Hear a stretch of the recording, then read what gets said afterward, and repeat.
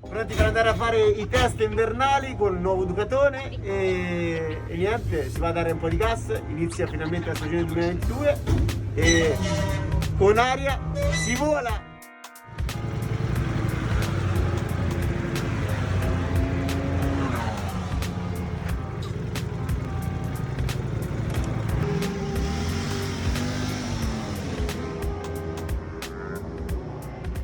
Io sono Alex Innocenti e vivo in Toscana, a Orbetello precisamente, e il mio rapporto con le moto è, diciamo, viscerale. Sin da ragazzino vengo da una famiglia che non ci castra niente con le motociclette e quindi il gene della motocicletta non so da chi l'ho preso, nel senso che quando ero piccolo qualsiasi rumore di una motocicletta mi attirava e quindi mi davano i primi soldini per andare a prendere il gelato, andavo a prendermi Motosprint, sempre poi stato appassionato per quanto riguarda proprio il racing, la moto da corsa che va veloce, quindi nasce da lì la mia passione. Poi dopo la possiamo splittare in due, prima diciamo del mio incidente e dopo il mio incidente, questo sì.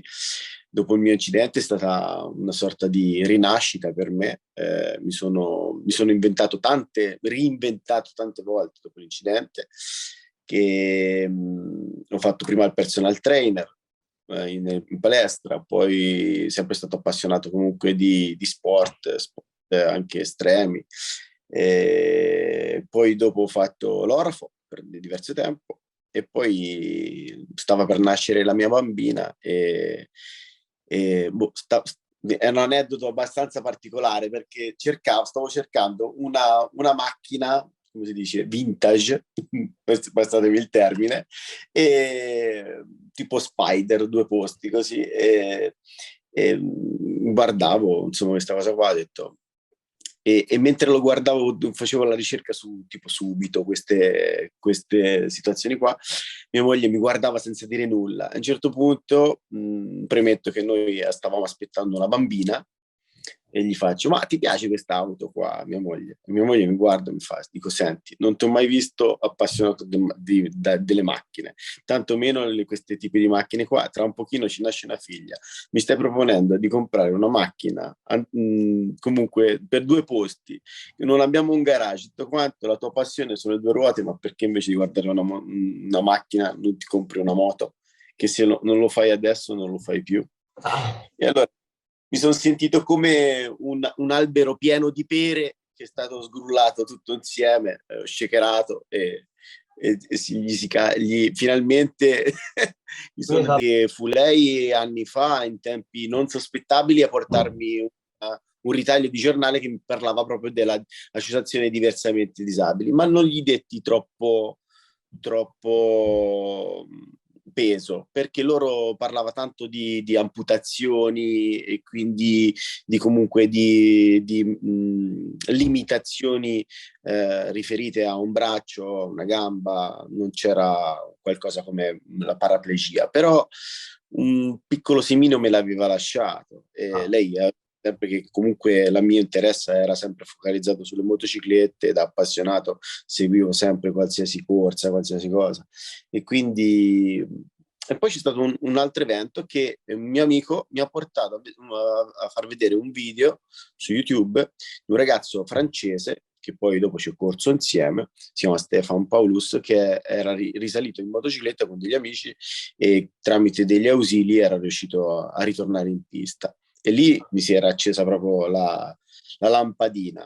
E definitiva, il colpo finale me l'ha dato poi mia moglie con l'aneddoto che vi ho appena raccontato.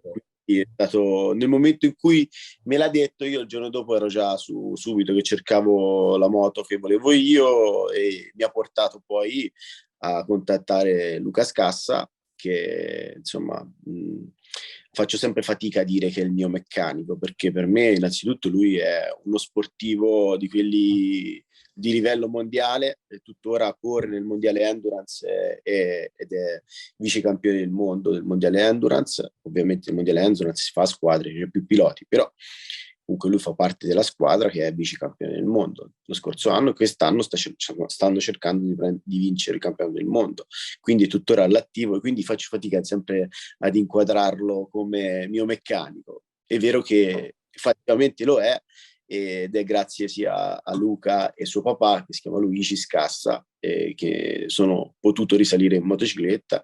È anche bello l'aneddoto in cui l'ho conosciuto, perché io ho visto la moto su subito.it, sono andato da lui senza dirgli che ero paraplegico. Ho detto, ho visto la moto, dico, ma è disponibile? Ho detto sì, dico, ma se parto adesso da Orbetello vengo ad Arezzo, saranno 2 ore di macchina, dico, ti trovo in officina? Lui mi fa, sì, vieni pure. Sono arrivato là, mi sono presentato, perché io ovviamente lo conoscevo, l'avevo sempre visto in televisione, seguendo il mondiale Superbike, Supersport. Lui ha fatto, giovane, però ha fatto tante cose, ha gareggiato in America con lei May, ha gareggiato tutti i trofei in Italia, ha gareggiato nel campionato britannico, quindi conta un'ampia esperienza, ha fatto un mondiale MotoGP, quindi direi che per me, insomma, era come conoscerlo da sempre. Lui non sapeva minimamente chi fossi, ma io sì. Quindi quando l'ho visto, l'ho riconosciuto, sono andato da lui e gli faccio: ciao, io sono un ragazzo che era interessato all'MV Augusta F3. Dico, ah, non mi ha detto niente lì per lì. Siamo andati giù, ho cercato di capire cosa volessi fare, gli ho spiegato qual era il mio progetto, lui mi ha detto, no, guarda, noi qui in questa officina si fa tutto, e io ho detto, allora, bene, perfetto, allora quella è la mia moto, ci siamo stretti la mano, e da lì poi è cominciato il nostro percorso, che ormai mi accompagna da tanti anni. Per me è diventato un punto di riferimento importante, perché poi non è solo il mio meccanico, ma è quello che mi aiuta. Abbiamo sviluppato progetti per diversi tipi di disabilità. Adesso ci sono, prima di noi non esistevano dei prodotti plug and play per le motociclette, o comunque una sorta di standard per far sì che una persona compri una motocicletta e riesca ad adattarla per poter andare in pista in base alla propria disabilità. Noi abbiamo buttato lì delle basi di partenza, quindi già un amputato di gamba, un paraplegico, di chi ha delle lesioni al braccio può partire avendo una base per poi personalizzare la motocicletta e cucirsela addosso, diciamo così. Si adatta, si prende una moto normalissima, ok? Una moto franco concessionario. Poi la moto va adattata per la pista e successivamente va adattata in base alla disabilità. Nel caso specifico mio, abbiamo sviluppato nel corso degli anni queste pedane magnetiche. Ogni magnete, supermagnete, tira più o meno, o ha un potere attrattivo di 80 kg a piede. Però nel momento in cui tu scivoli con la motocicletta è importante svincolarsi dalla motocicletta, quindi questo fa sì che nel caso di scivolata ti separi dalla motocicletta senza nessun problema. Poi ho una semplice fascia che mi tiene le ginocchia chiuse, diciamo aderenti al serbatoio, e poi abbiamo portato il freno posteriore tutto sul semimanubrio di sinistra, il freno posteriore che sarebbe usato sul piede destro, e invece il piede sinistro che usa, diciamo, che fa la funzione di attuazione del cambio, con l'everaggio del cambio. Noi l'abbiamo tutto sostituito, abbiamo messo un elettroattuatore che viene comandato da una pulsantiera sempre sul semimanubrio di sinistra. Allora, abbiamo cominciato negli anni scorsi prima a mettere, diciamo, degli attacchi da bicicletta. Ok. Sì. Poi scivolate ed esperienza accumulata mi hanno fatto ragionare che non era proprio diciamo una scelta ottimale, altre volte sono caduto, mi sono staccato senza problemi, una volta sono caduto e ho avuto una dinamica dove sono stato proiettato frontalmente alla motocicletta e non essendosi staccato subito, perché praticamente l'attacco della bicicletta si stacca nel momento in cui avviene una rotazione. Io in questo caso ho tirato frontalmente e mi sono rotto tutti i metatarsi del piede, tutti, per rotazione.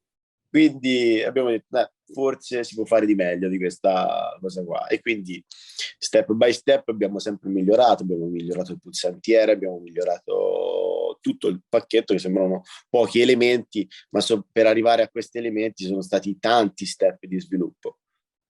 Interessante, interessante. Adesso in quanti siete a correre più o meno? Allora, siamo Da quando è diciamo, iniziata eravate in quanti?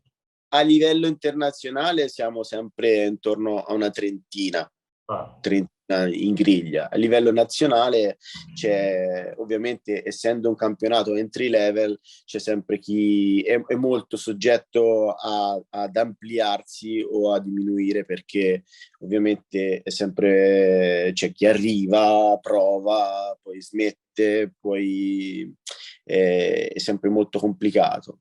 La moto di per sé è una cosa un po' particolare, perché già è uno sport, diciamo, che è costoso. Poi spesso magari qualcuno arriva perché vuole solamente provare a risalire in moto.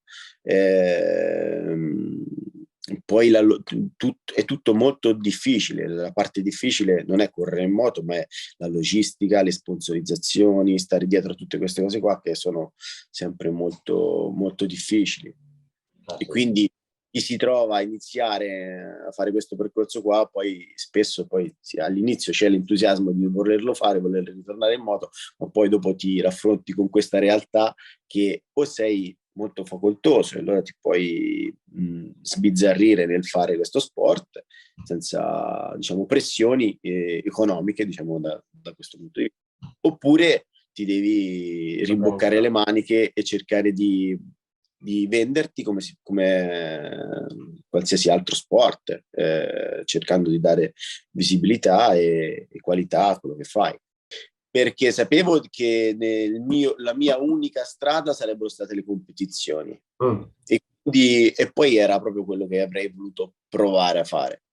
Ovviamente all'inizio non ti posso dire sono entrato in pista perché ero sicuro di vincere tutto, oppure che la mia strada era quella. Come tutti quanti ho provato, secondo me la strada era quella, il tempo mi ha dato ragione e la mia passione comunque si è incanalata nel verso giusto e mi ha portato a competere negli ultimi 6 anni nei campionati nazionali e internazionali. Sono arrivato a competere, a fare gare di contorno della MotoGP, della Superbike, del campionato italiano, del mondiale endurance. Quest'anno facciamo 2 tappe, 2 delle 3 tappe, perché noi quest'anno facciamo sono 2 gare.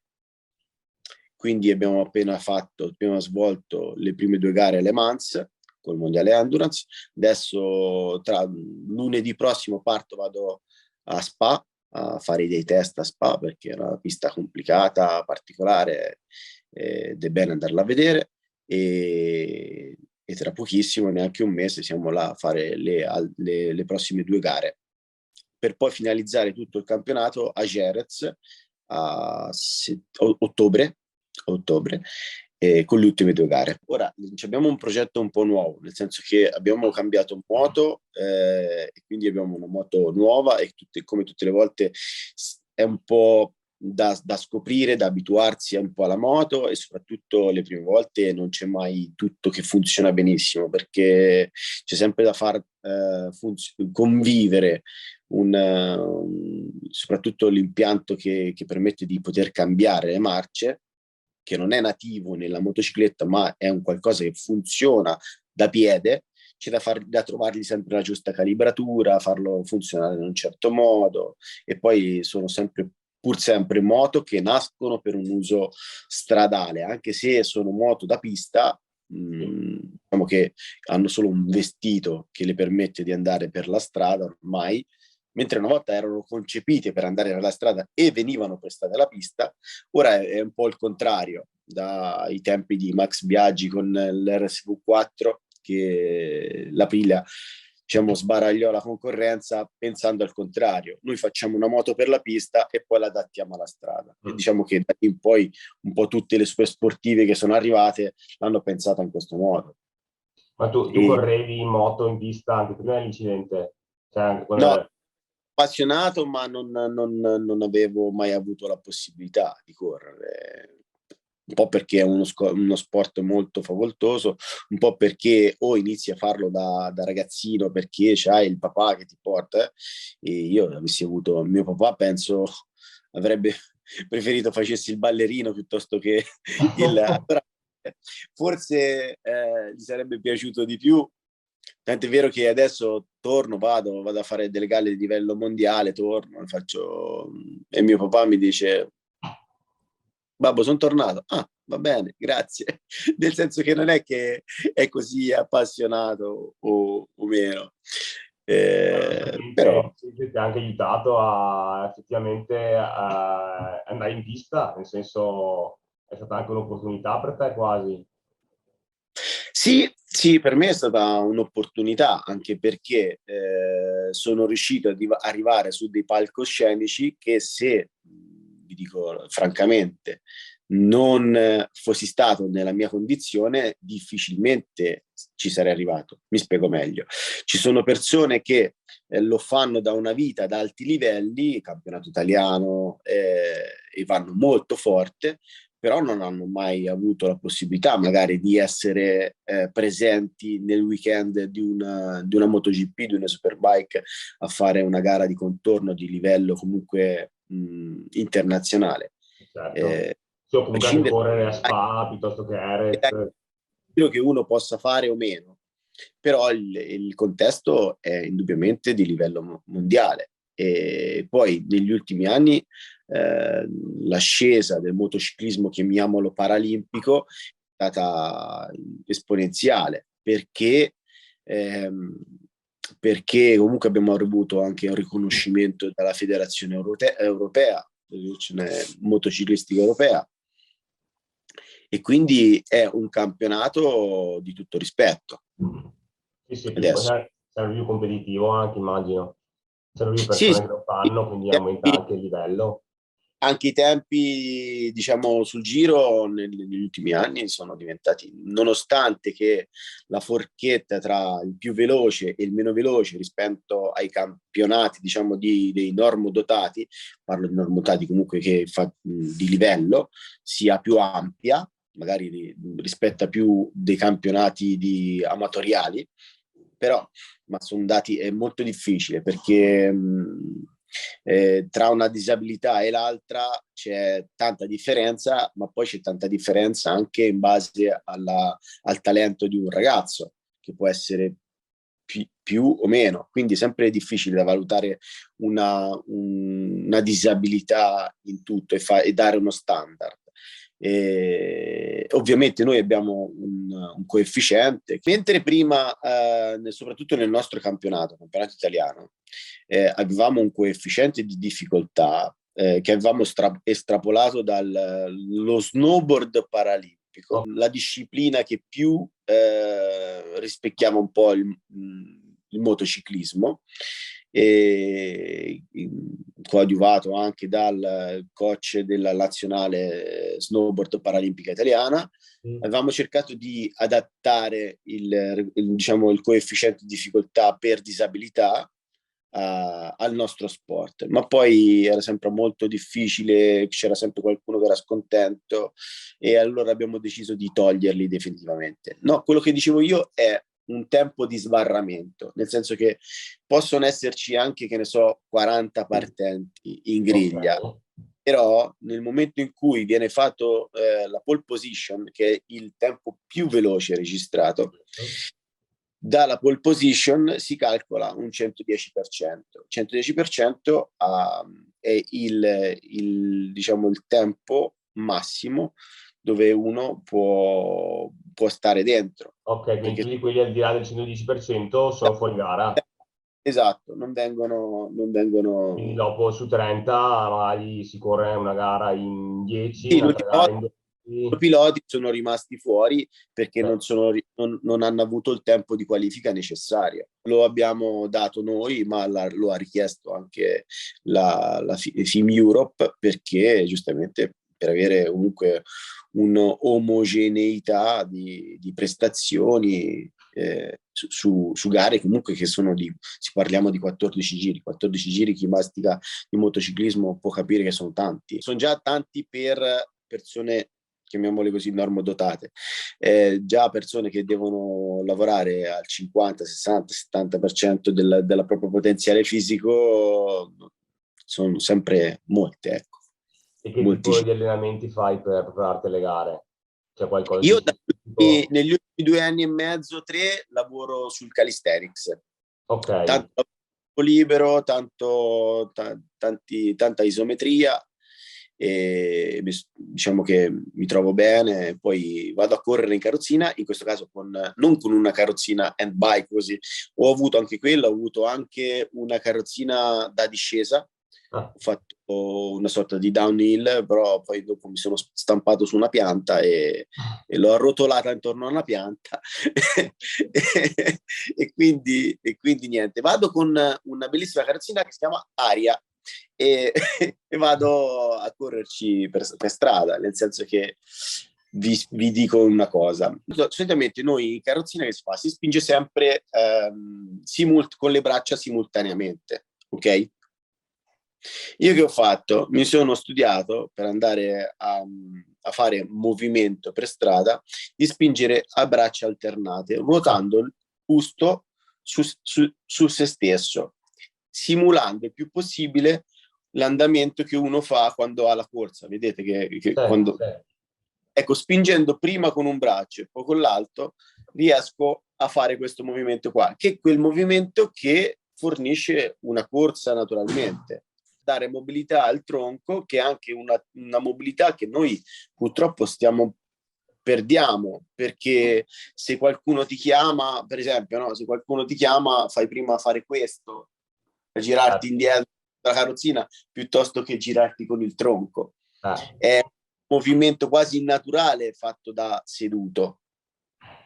certo, certo. E in piedi è una cosa che prima si muove il busto e poi tutto il resto. Prima si muove la testa, il busto e poi gli si va dietro con le gambe. Mm-mm. Invece, rimanendo fissi con le gambe, non si fa. E questo è un movimento che noi in carrozzina lo perdiamo un po'.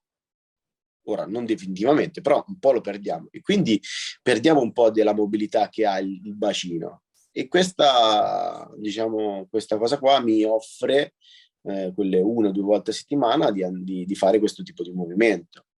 Quindi Certo. alterno la, la palestra a questo movimento qua, che poi dipende dal tempo che ho, ma comunque vado a fare sempre, quando faccio poco sono 8 km, quando 10 km, quando ne faccio tanti sono 18. Insomma, un bel Arrivo, po'. parto sempre da casa mia, arrivo sempre al mare, soltanto che da un lato faccio tipo una sorta di cerchio, da un lato sono più chilometri, dall'altro sono meno, però è sempre un bel andare. Considera che il mio tempo migliore che ho fatto sono 5 minuti e 12, che insomma non è poco per essere in carrozzina E al inizi a chilometro. fare questo tipo di esercizio con aria proprio? Lo facevi anche prima? È una cosa che fai. E lo facevo anche prima. E adesso Lo come facevo- ti trovi con aria rispetto magari alla carrozzina precedente? Nel Allora, senso, mi trovo bene perché ha una dinamica molto differente.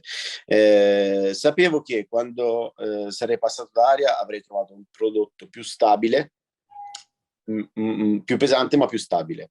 Quindi la progressione è un pochino più difficile inizialmente, però poi è più facile mantenerla e soprattutto una volta spinta la dinamica va più dritta la carrozzina. mm, La carrozzina.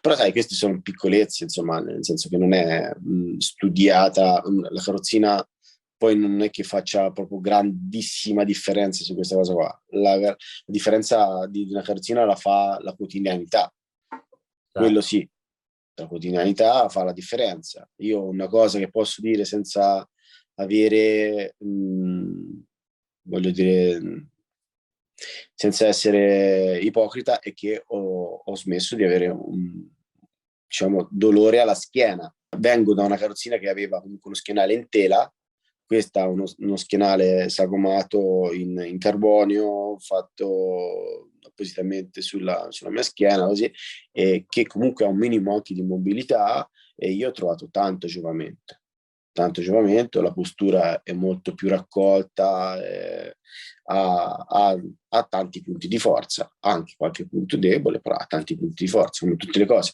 È sempre un compromesso, no?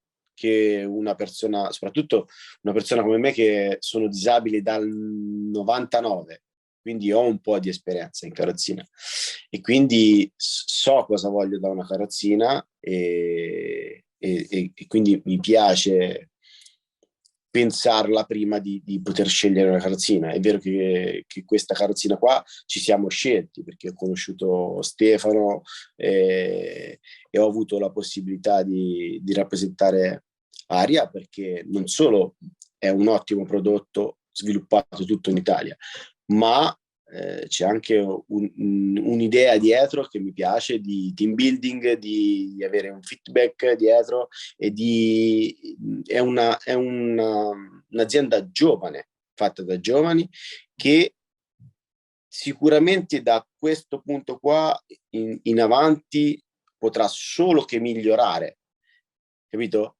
Perché è un'azienda che ha dei feedback continui dai loro rappresentanti, anche dai clienti stessi, e quindi avere un'evoluzione migliorativa di continuo.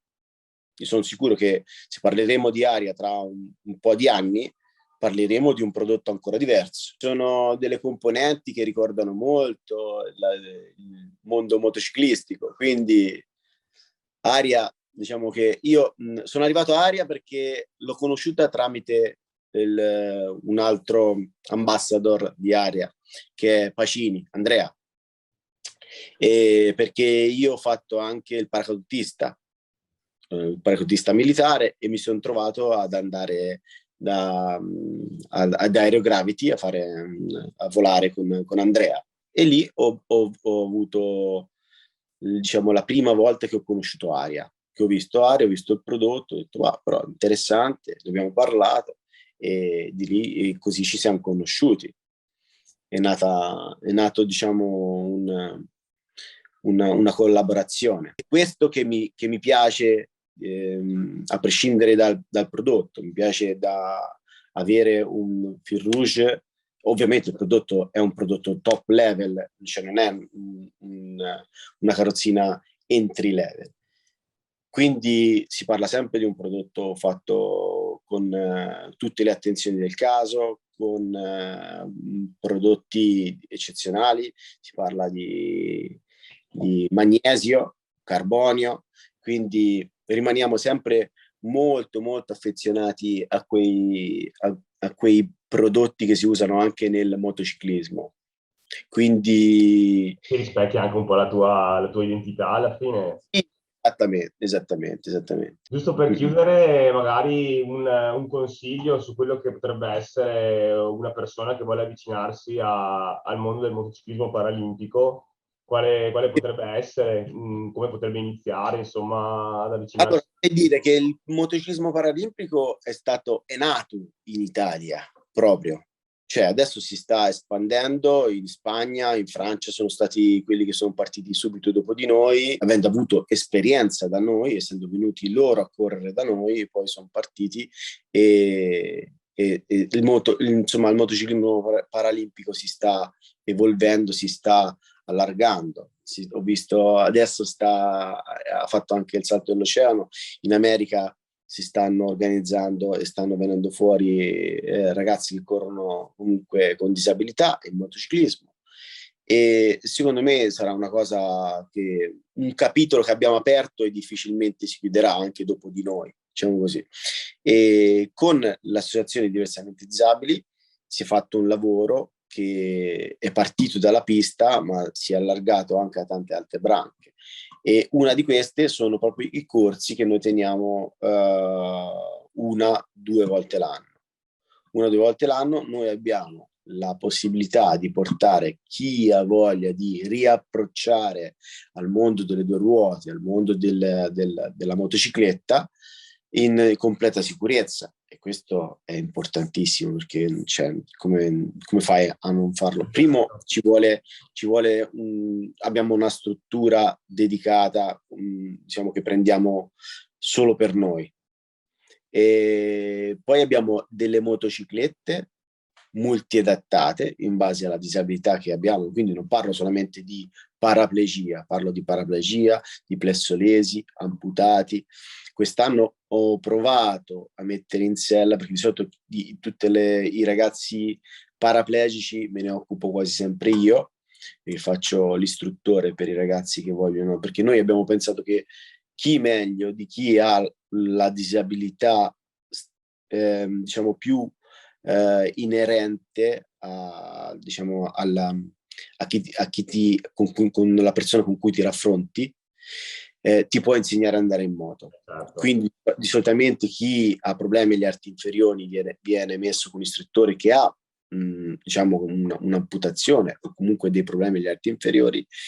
Chi ha problemi agli arti superiori, comunque problemi di limitazione comunque agli arti superiori, viene affiancato un istruttore che comunque ha il suo stesso problema. E i sitting, diciamo, tutta la parte sitting di solito la faccio sempre io, da diversi anni ormai.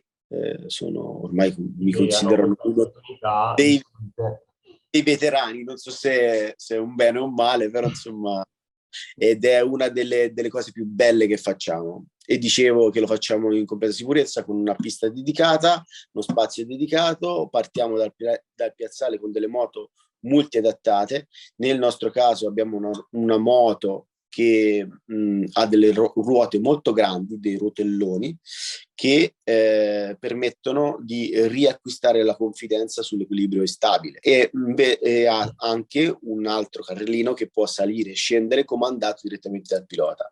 Però quello è uno step successivo. Prima si impara con le rotelle grandi, un po' come con i bambini. Nel momento in cui vediamo che riescono ad andare dritti, a tenere sollevate le rotelle, allora le togliamo e cominciamo a ragionare su come gestire l'altro carrellino piccolo per partire e rientrare al box o entrare in pista e riuscire dalla pista in autonomia.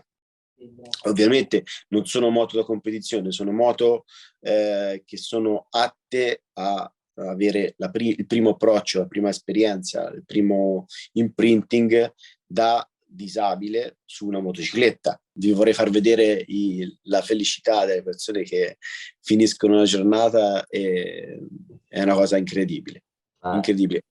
Quest'anno ho messo per la prima volta in sella un signore grande che all'età di 1 anno e mezzo è stato affetto da poliomielite. Quindi lui non aveva nessunissima esperienza né di bicicletta né di motocicletta, nessuna diciamo esperienza sulle due ruote, il che è stato difficile. Infatti non sono riuscito ahimè a riportarlo in pista, ma ci siamo già rimessi d'accordo che ritornerà e potremo rilavorare su questa cosa. Fantastico, fantastico. È bello, sì, molto bello. Perché ti lascia una soddisfazione incredibile vedere le persone.